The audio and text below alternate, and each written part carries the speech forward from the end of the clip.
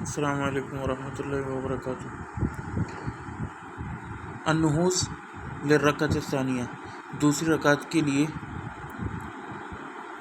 اٹھنا۔ وحال قیام للثانیہ یقوم متعمدا علی الارض،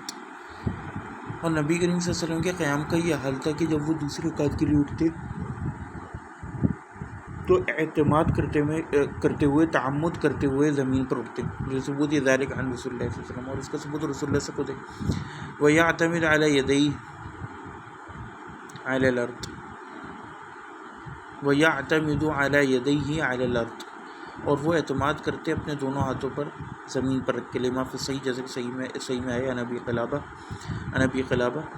قال جاءنا مالک بن فصلى بنا في مسجدنا هذا فقال انی لاصلی بكم وما اريد الصلاة، کہ مالک بن الحویرث ہمارے پاس، انہوں نے کہا کہ انہوں نے نماز پڑھی ہماری مسجد میں، اور فرمایا کہ میری نیت نہیں تھی نماز کی، لیکن میں نے چاہا، وما اريد الصلاة، میں نہیں چاہتا تھا نماز، لیکن پھر میں نے چاہا کہ تمہاری نماز پڑھ، لیکنی اريد ان اریکم کیف رأیت رسول اللہ صلی اللہ علیہ وسلم یصلی، تاکہ میں تمہیں دکھا سکوں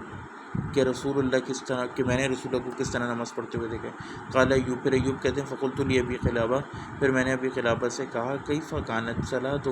کہ ان کی نماز کیسی تھی؟ قال مثل صلاۃ شیخنا ھذا، انہوں نے کہا کہ ہمارے ان شیخ کی طرح، یعنی عمرو بن سلمہ۔ قال ایوب، تو ایوب کہتے ہیں وکانا ذالک شیخ یتم التکبیر، کی شیخ اپنی تکبیر مکمل کرتے ہوئے اذا رفع رأسہ من السجدۃ الثانیہ جلس واعتمد علی الارض، کہ وہ جب ایک تو اپنا سر اٹھاتے دوسرے سجدے سے تو وہ بیٹھ جاتے اور زمین پر اعتماد کرتے اٹھتے، ثم قام، اس کے بعد کھڑے ہوتے۔ واما القیام عجنا، اور وہ کہتے ہیں کہ جہاں تک قیام کا معاملہ ہے عجین والی حالت میں، یعنی کہ آٹا گوننے والی حالت میں، مٹھی جس کا علامہ البانی نے بھی کہ فلا یثبت عن رسول اللہ صلی اللہ علیہ وسلم، تو یہ رسول اللہ سے ثابت نہیں ہے۔ وکذلک الاعتماد علی الرکبتین والفخذین فی حدیث وائل بن حجر عند ابی داؤد وعل بالانقطاع بین عبد الجبار و ابی، وہ کہتے ہیں، اور اسی طرح ایک حدیث آئی ہے وائل بن حجر کی کہ نبی کریم صلی اللہ علیہ وسلم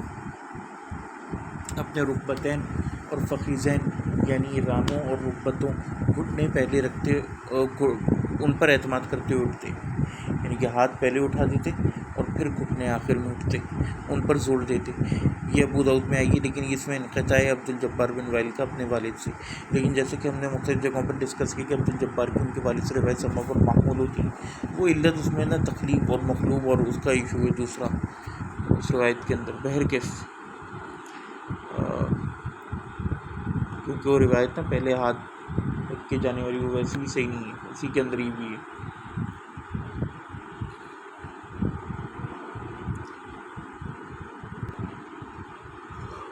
السلام علیکم ورحمۃ اللہ۔